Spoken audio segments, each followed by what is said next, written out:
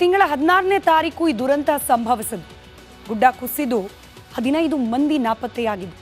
ಅದಾದ ನಂತರದಲ್ಲಿ ಒಂದೆರಡು ದಿನಗಳ ಗ್ಯಾಪ್ನ ನಂತರ ಗಮನಿಸಿ 2 ದಿನಗಳ ಗ್ಯಾಪ್ನ ನಂತರ ಒಬ್ಬೊಬ್ಬರಾಗೆ ನಮ್ಮ ರಾಜಕೀಯ ಮುಖಂಡರು ಆ ಜಾಗಕ್ಕೆ ಹೋಗಿ ಪರಿಶೀಲನೆಯನ್ನ ಮಾಡುವ ಕೆಲಸಕ್ಕೆ ಮುಂದಾದರು. ಇವತ್ತು ಇನ್ಫ್ಯಾಕ್ಟ್ ಖುದ್ದು ಮುಖ್ಯಮಂತ್ರಿ ಸಿದ್ದರಾಮಯ್ಯ ಅವರು ಘಟನಾ ಸ್ಥಳಕ್ಕೆ ಭೇಟಿಯನ್ನ ನೀಡಿದ್ರು. ಆ ಸಂದರ್ಭದ ದೃಶ್ಯವನ್ನ ನೀವು ಗಮನಿಸ್ತಾ ಇದ್ದೀರಿ.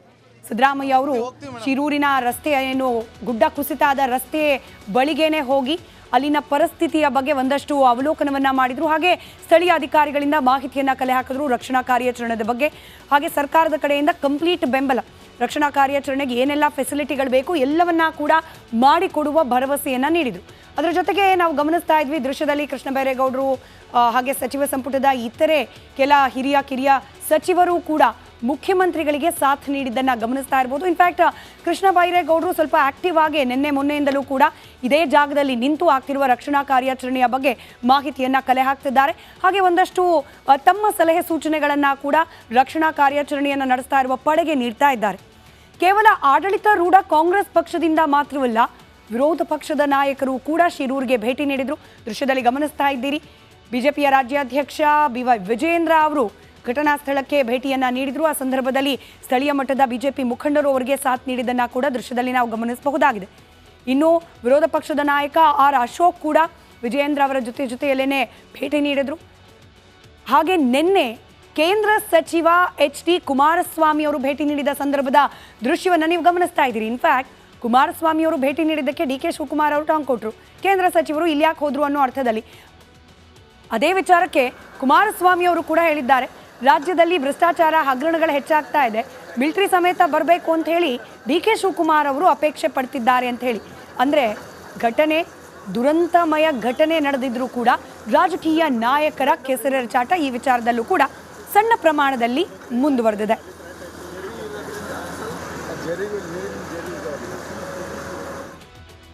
ಇನ್ನು ರಕ್ಷಣಾ ಕಾರ್ಯಾಚರಣೆ, ಅದರಲ್ಲೂ ಪ್ರಮುಖವಾಗಿ ಕೇರಳ ಮೂಲದ ಟ್ರಕ್ ಚಾಲಕ ಅರ್ಜುನ್ ಹಾಗೆ ಆತನ ಜೊತೆಯಲ್ಲೇ ಇನ್ನೂ ಉಳಿದ 3 ಇದ್ದಾರೆ ಅಂತ ಹೇಳಲಾಗ್ತಾ ಇದೆ. ನಾಪತ್ತೆಯಾಗಿರುವ 4 ಜನ ಮಣ್ಣಿನ ಅಡಿಯಲ್ಲಿ ಸಿಲುಕಾಕೊಂಡಿದ್ದಾರಾ ಅಥವಾ ಪಕ್ಕದಲ್ಲೇ ಹರಿತಾ ಇರುವ ನದಿಯಲ್ಲೇನಾದರೂ ಕೊಚ್ಚಿ ಹೋಗಿದ್ದಾರಾ? ಅವರನ್ನ ಹುಡುಕುವ ಕಾರ್ಯ ಅವಿರತವಾಗಿ ನಡೀತಾ ಇದೆ. ಬದುಕಿ ಬರಲಿ ಅರ್ಜುನ್ ಅಂತ ಹೇಳಿ ಕೇವಲ ಕರ್ನಾಟಕ ಮಾತ್ರವಲ್ಲ, ಪಕ್ಕದ ಕೇರಳ, ಅರ್ಜುನ್ ಅವರ ಹುಟ್ಟೂರಿರುವಂತಹ ಕೇರಳದಲ್ಲೂ ಕೂಡ ಪ್ರಾರ್ಥನೆಗಳನ್ನು ಮಾಡಲಾಗ್ತಾ ಇದೆ. ಇದಕ್ಕೆ ಸಂಬಂಧಪಟ್ಟ ಅಂದರೆ ಈ ರೆಸ್ಕ್ಯೂ ಆಪರೇಷನ್, ರಕ್ಷಣಾ ಕಾರ್ಯಾಚರಣೆ, ಶೋಧ ಕಾರ್ಯ ಯಾವ ರೀತಿ ನಡೀತಾ ಇದೆ ಒಂದಷ್ಟು ಅಂಶಗಳನ್ನು ಗಮನಿಸ್ತಾ ಹೋಗೋಣ.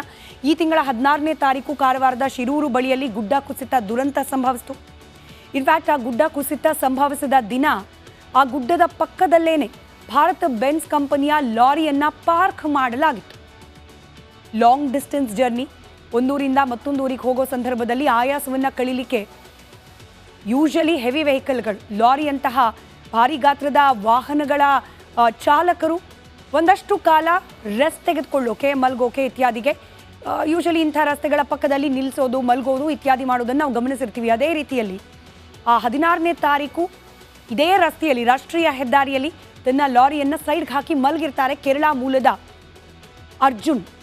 ಇನ್ಫ್ಯಾಕ್ಟ್ ಈ ಭಾರತ್ ಬೆನ್ಸ್ ಲಾರಿ ಏನಿದೆ ಕೇರಳ ಮೂಲದ ಕಂಪನಿಯೊಂದಕ್ಕೆ ಸೇರಿದ್ದು. ಅದರಲ್ಲಿ ಚಾಲಕನಾಗಿ ಕಾರ್ಯವನ್ನು ನಿರ್ವಹಿಸ್ತಾ ಇದ್ರು ಅರ್ಜುನ್. ರಾತ್ರಿ ಲಾರಿಯನ್ನು ನಿಲ್ಲಿಸಿ ಅದರಲ್ಲೇ ಮಲಗಿದ್ರು ಚಾಲಕ ಅರ್ಜುನ್. ಆದರೆ ಏಕಾಏಕಿ ಲಾರಿ ಮೇಲೆ ಗುಡ್ಡದಿಂದ ಮಣ್ಣು ಕುಸಿದು ಬಿದ್ದಿದೆ. ಈಗ ತೆರವು ಕಾರ್ಯಾಚರಣೆ ಮಾಡ್ತಾ ಇರೋ ಸಂದರ್ಭದಲ್ಲಿ ಸರಿಸುಮಾರು 7 ಟನ್ನಷ್ಟು ಮಣ್ಣು ಬಿದ್ದಿದೆ ಲಾರಿ ಮೇಲೆ ಅನ್ನೋ ಅಂದಾಜನ್ನು ಮಾಡಲಾಗ್ತಾ ಇದೆ. ಇಲ್ಲಿ ಆಶ್ಚರ್ಯ ಅಂತಂದ್ರೆ ಮಣ್ಣಿನ ಅಡಿಯಲ್ಲಿ ಸಿಲುಕಿರಬಹುದು ಅರ್ಜುನ್ ಅನ್ನೋ ಒಂದು ಅಂದಾಜಿನ ಆಧಾರದ ಮೇಲೆ ಆತನನ್ನು ಹುಡುಕೋ ಕಾರ್ಯ ಮಾಡಲಾಗ್ತಾ ಇದೆ. ಆ ಮಣ್ಣನ್ನೆಲ್ಲ ತೆರವುಗೊಳಿಸಿ ಅದರ ಅಡಿಯಲ್ಲೇನಾದರೂ ಲಾರಿ ಸಿಗುತ್ತಾ, ಲಾರಿಯಲ್ಲೇನಾದರೂ ಅರ್ಜುನ್ ಇದ್ದಾರಾ ಅನ್ನೋದನ್ನು ಪತ್ತೆ ಹಚ್ಚೋ ಕಾರ್ಯ ಮಾಡಲಾಗ್ತಾ ಇದೆ. ಆದರೆ ಆಶ್ಚರ್ಯ ಅನ್ನೋ ರೀತಿಯಲ್ಲಿ ಘಟನೆ ನಡೆದು 2-3 ದಿನಗಳ ತನಕ ಅರ್ಜುನ್ ಅವರ ಮೊಬೈಲ್ ಫೋನ್ ಆನ್ ಇತ್ತು. ಲಾರಿ ಚಾಲಕ ಅರ್ಜುನ್ ಅವರ ಮೊಬೈಲ್ ಅದಾದ ನಂತರದಲ್ಲಿ ಸ್ವಿಚ್ ಆಫ್ ಆಗಿದೆ. ಅವ್ರ ಕುಟುಂಬಸ್ಥರೆಲ್ಲ ಕಾಲ್ ಮಾಡ್ತಾ ಇದ್ದಾರೆ ನಿರಂತರವಾಗಿ. ಕೆಲ ಬಾರಿ ಸ್ವಿಚ್ ಆಫ್, ಅದಾದ ನಂತರದಲ್ಲಿ ಸ್ವಿಚ್ ಆನ್, ಈ ರೀತಿಯಾಗಿ ಆಗಿದೆ. ಇನ್ಫ್ಯಾಕ್ಟ್ ಈ ಲಾರಿಯಲ್ಲಿರ್ತಕ್ಕಂಥ GPS ಸಿಸ್ಟಮ್ನ ಮೂಲಕ ಆ ಲಾರಿ ಎಲ್ಲಿದೆ ಅನ್ನೋದನ್ನು ಟ್ರೇಸ್ ಮಾಡಿದ್ದಾರೆ ಬೆನ್ಸ್ ಕಂಪನಿಯವರು, ಭಾರತ್ ಬೆನ್ಸ್ ಕಂಪನಿಯವರು. ಅಂಕೋಲಾದ ಶಿರೂರು ಬಳಿಯಲ್ಲಿ ಲಾರಿ ಇದೆ ಅನ್ನೋದು ಕಂಪನಿಯವರಿಗೆ ಗೊತ್ತಾಗುತ್ತೆ. ಹೀಗಾಗಿ ಅರ್ಜುನನ್ನು ಹುಡ್ಕೊಂಡು ಆ ಕಂಪನಿಗೆ ಸಂಬಂಧಪಟ್ಟವ್ರು ಸ್ಥಳಕ್ಕೆ ಬರ್ತಾರೆ. ಬಂದು ನೋಡಿದಾಗ ಲಾರಿನೂ ಇಲ್ಲ, ಅರ್ಜುನೂ ಇಲ್ಲ. ಎಲ್ಲಿ ಆ ಲಾರಿ ಇದೆ ಅಂತ ಲೊಕೇಶನ್ ತೋರಿಸ್ತಾ ಇದೆ, ಆ ಜಾಗದಲ್ಲಿ ಟನ್ ಗಟ್ಟಲೆ ಮಣ್ಣು, ಗುಡ್ಡದಿಂದ ಕುಸಿದು ಬಿದ್ದಿರುವ ಮಣ್ಣು ಮಾತ್ರ ಅಲ್ಲಿ ಕಾಣೋಕೆ ಸಿಕ್ಕಿದೆ. ಸ್ವಾಭಾವಿಕವಾಗಿ ಶಾಕ್ಗೆ ಒಳಗಾಗಿದ್ದಾರೆ ಸಂಸ್ಥೆಯವರು. ಮೊನ್ನೆ ಲಾರಿ ಚಾಲಕ ಅರ್ಜುನ್ ಅವರ ಮೊಬೈಲ್ ಆನ್ ಇತ್ತು. ಇನ್ಫ್ಯಾಕ್ಟ್ ಕಂಪನಿಯವರು, ಸಂಬಂಧಿಕರು, ಸ್ನೇಹಿತರು, ಕುಟುಂಬಸ್ಥರು ಎಲ್ಲರೂ ಕೂಡ ಕರೆ ಮಾಡಿದ್ದಾರೆ. ಆಗ ಆನ್ ಇತ್ತು ಮೊಬೈಲ್. ಅರ್ಜುನ್ ಅವರ ಪತ್ನಿ ಕೂಡ ಕರೆ ಮಾಡಿದ್ದಾರೆ, ಆಗಲೂ ಕೂಡ ಮೊಬೈಲ್ ಆನ್ ಇತ್ತು. ಎಲ್ಲೋ ಜೀವನ್ಮರಣದ ಹೋರಾಟವನ್ನು ನಡೆಸ್ತಿರಬಹುದು. ಕೈಗೆ ಮೊಬೈಲ್ ಸಿಕ್ಕಿದ್ರೆ ಆನ್ ಮಾಡಿ ಎಲ್ಲಿದ್ದೀನಿ ಅನ್ನೋದ್ರ ಬಗ್ಗೆ ಸುಳಿವೇನಾದರೂ ಕೊಡಬಹುದಾ ಅರ್ಜುನ್ ಅನ್ನೋ ಚಿಕ್ಕ ಆಸೆಯೊಂದಿಗೆ ನಿರಂತರವಾಗಿ ಕಾಲ್ ಮಾಡ್ತಾ ಇದ್ದಾರೆ ಅವರ ಪತ್ನಿ ಹಾಗೆ ಕುಟುಂಬಸ್ಥರು. ಆದರೆ ನಂತರದಲ್ಲಿ ಸ್ವಿಚ್ ಆಫ್ ಆಗಿದೆ ಫೋನ್. ಎರಡೆರಡು ಬಾರಿ mobile switch on switch off ಆಗಿದೆ. ಈಗ ಅರ್ಜುನಲ್ಲಿರಬಹುದು ಅನ್ನೋ ಆಶಾಭಾವನೆಯೊಂದಿಗೇನೆ ಚುರುಕಿನಿಂದ ಮಣ್ಣು ತೆರವು ಕಾರ್ಯಾಚರಣೆಯನ್ನು ಮುಂದುವರಿಸ್ಕೊಂಡು ಹೋಗಲಾಗ್ತಾ ಇದೆ. 7 ಮೃತದೇಹಗಳ ಪೈಕಿ ಇನ್ನೂ 3 ಮೃತದೇಹಗಳು ದೊರಕಬೇಕಾಗಿದೆ. ನಾಪತ್ತೆಯಾದವರು 15 ಜನ, ಅದರಲ್ಲಿ ಕೆಲವರನ್ನು ರಕ್ಷಣೆ ಮಾಡಿದ್ರು, ಕೆಲವರು ಬದುಕಿ ಉಳಿಲಿಲ್ಲ. 7 ಮಂದಿ ಮೃತಪಟ್ಟಿದ್ದಾರೆ ಅನ್ನೋದು ಡೇ 1. ಈ ಘಟನೆ ನಡೆದ ಮೊದಲ ದಿನವೇ ಅಧಿಕೃತವಾಗಿ ಮಾಹಿತಿ ಸಿಕ್ತು. ಆ ಪೈಕಿ 3 ಮೃತದೇಹಗಳು ಇನ್ನೂ ಕೂಡ ಪತ್ತೆಯಾಗೋದು ಬಾಕಿ ಇದೆ. ಇನ್ನು ರಕ್ಷಣಾ ಕಾರ್ಯಾಚರಣೆಯಲ್ಲಿ 44 SDRF, 24 NDRF ಹಾಗೆ 44 ಜನ ಭಾರತೀಯ ಸೇನೆಗೆ ಸಂಬಂಧಪಟ್ಟ ಸಿಬ್ಬಂದಿ ಕೂಡ ಅವಿರತ ಪ್ರಯತ್ನ ಮಾಡ್ತಿದ್ದಾರೆ. ಅರ್ಜುನನ್ನ ಬದುಕಿಸಿ ಉಳಿಸಿಕೊಂಡು ಬರುವ ಪ್ರಯತ್ನ ಮುಂದುವರೆದಿದೆ. ನಮಸ್ಕಾರ, ನಾನು ಜಯಪ್ರಕಾಶ್ ಶೆಟ್ಟಿ ಮಾತಾಡ್ತಾ ಇದ್ದೀನಿ. ರಿಪಬ್ಲಿಕ್ ಕನ್ನಡದ ಈ ವಿಡಿಯೋವನ್ನು ಶೇರ್ ಮಾಡಿ ಮತ್ತು ನಮ್ಮ ಚಾನಲನ್ನು ಸಬ್ಸ್ಕ್ರೈಬ್ ಮಾಡಿ.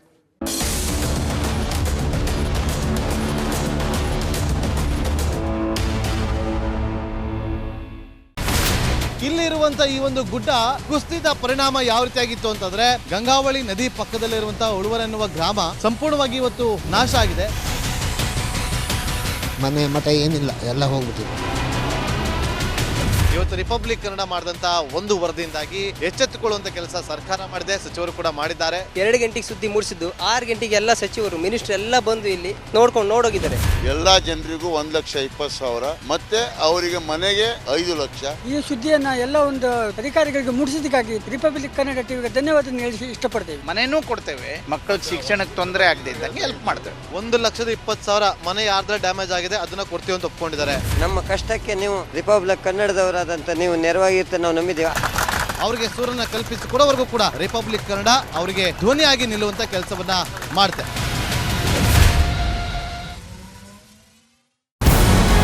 ನಮಸ್ಕಾರ, ಕರ್ನಾಟಕ ಪ್ರೈಮ್ ಟೈಮ್ಗೆ ಸ್ವಾಗತ.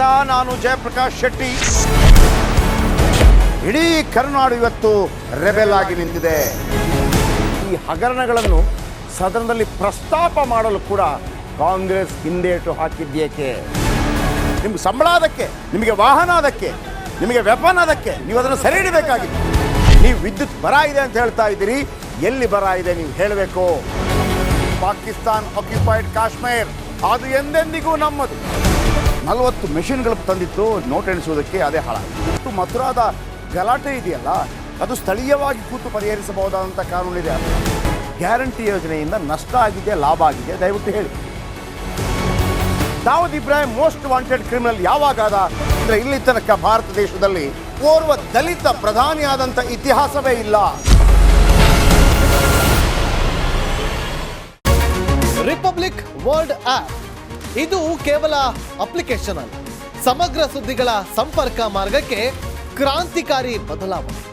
ರಿಪಬ್ಲಿಕ್ ವರ್ಲ್ಡ್ ಆಪ್ ಕೇವಲ ಸುದ್ದಿ ಅಪ್ಲಿಕೇಶನ್ ಅನ್ನ ಪರಿಚಯ ಮಾಡ್ತಾ ಇಲ್ಲ, ಬದಲಾಗಿ ಡಿಜಿಟಲ್ ಸುದ್ದಿ ಬಳಕೆಯ ಹೊಸ ಯುಗಕ್ಕೆ ನಾಂದಿ ಹಾಡ್ತಾ ಇದೆ. ಇದೊಂದು ಬ್ರೇಕಿಂಗ್ ನ್ಯೂಸ್, ಪ್ರಭಾವಶಾಲಿ ಕಾರ್ಯಕ್ರಮಗಳಿಗೆ ಗಟ್ಟಿಯಾದ ವೇದಿಕೆ. ರಿಪಬ್ಲಿಕ್ ವರ್ಲ್ಡ್ ಅಪ್ಲಿಕೇಶನ್ ಈಗ ಲೈವ್ ಆಗಿದೆ. ಗೂಗಲ್ ಪ್ಲೇ ಸ್ಟೋರ್ ಮತ್ತು ಆಪಲ್ ಆಪ್ ಸ್ಟೋರ್ ಎರಡರಲ್ಲೂ ಲಭ್ಯವಿದೆ. ಈಗಲೇ ಡೌನ್ಲೋಡ್ ಮಾಡಿ.